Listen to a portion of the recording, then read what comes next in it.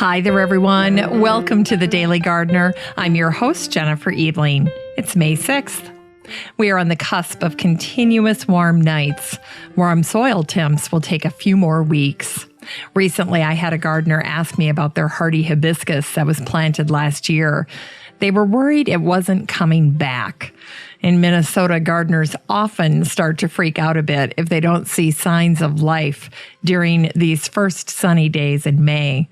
But remember, warmer weather plants won't start to do their thing until soil temps warm up. And the soil temp has about a 2 to 3 week lag on the nighttime air temp. Here's today's brevities. On this day in 1742, Jean Senebier, a Swiss pastor and botanist, was born. Where would we be without Senebier? Still breathing, but not realizing that carbon dioxide is consumed by plants, and in turn, that plants produce oxygen as part of the process of photosynthesis. In a nutshell, Senebier's work is important because he had learned the function of leaves, capturing carbon for food. It was Jean Senebier who said, "Observation and experiment are two sisters who help each other." On this day in 1806, along the banks of Idaho's Clearwater River, Lewis and Clark discovered the nineleaf Lomatium, Lomatium triternatum. A species of flowering plant in the carrot family and known by the common name nineleaf biscuitroot, the nineleaf Lomatium is so named because each leaf divides into 3 narrow leaflets that in turn divide into 3 more. Triternatum from the Latin means 3 times 3. In 2018, the National Institutes of Health reported the case of a woman who had taken Lomatium extract in a bottle marked LDM 100 for the flu, and she ended up with a severe rash all over her body for a week. The title of the article? Worse Than the Disease, the Rash of Lomatium Dissectum. On this day in 1859, the naturalist and botanist Alexander Von Humboldt died. He was 89 years old. In 1806, the artist Friedrich Georg Weitsch painted his portrait 2 years after he had returned from his 5-year research trip through Central and South America. Weitsch painted a romantic, idealized vista of Ecuador as the setting for the painting. Humboldt had climbed the Chimborazo Mountain in Ecuador, believed at the time to be the highest mountain in the world. So perhaps Weitsch was imagining him viewing the landscape from Chimborazo. Surrounded by a jungle paradise, a large palm shades Humboldt's resting spot. In the painting, a very handsome Humboldt is seated on a large boulder. His top hat is resting upside down on the boulder behind him. And Weitsch shows the 37-year-old Humboldt wearing a puffy shirt that would make Seinfeld jealous, a pink-orange vest, and tan breeches. In his lap, he holds open the large leather-bound flora he is working on, and in his right hand, he has a specimen of Mariania speciosa.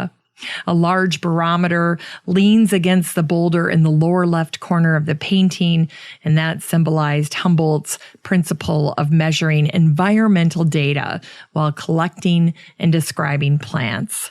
King Ferdinand was so pleased with the portrait, he hung it in the Berlin Palace, and he ordered 2 more paintings to be made featuring Humboldt's time in the Americas.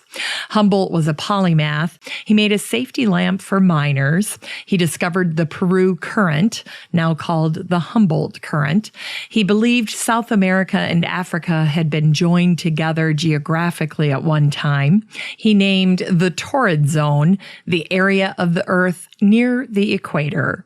And Humboldt was also a pragmatist. He said, "Spend for your table less than you can afford, for your house rent just what you can afford, and for your dress more than you can afford." Humboldt developed his own theory for the web of life.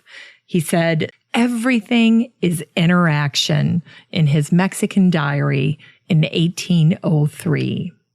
On this day, after a 5-year, 41 million pound restoration, Temperate House reopened to the public on this day in 2018. The ironwork was stripped and repainted with many coats. 15,000 panes of glass were replaced, 69,000 sections of metal, stone, and timber repaired or replaced. Home to 10,000 plants, some are the world's rarest and most threatened. Kew's Temperate House is the largest Victorian glass house in the world. In unearthed words, the annual meeting of the Massachusetts Horticultural Society was held at Horticultural Hall on May 6, 1946. Here's an excerpt from their delightful minutes.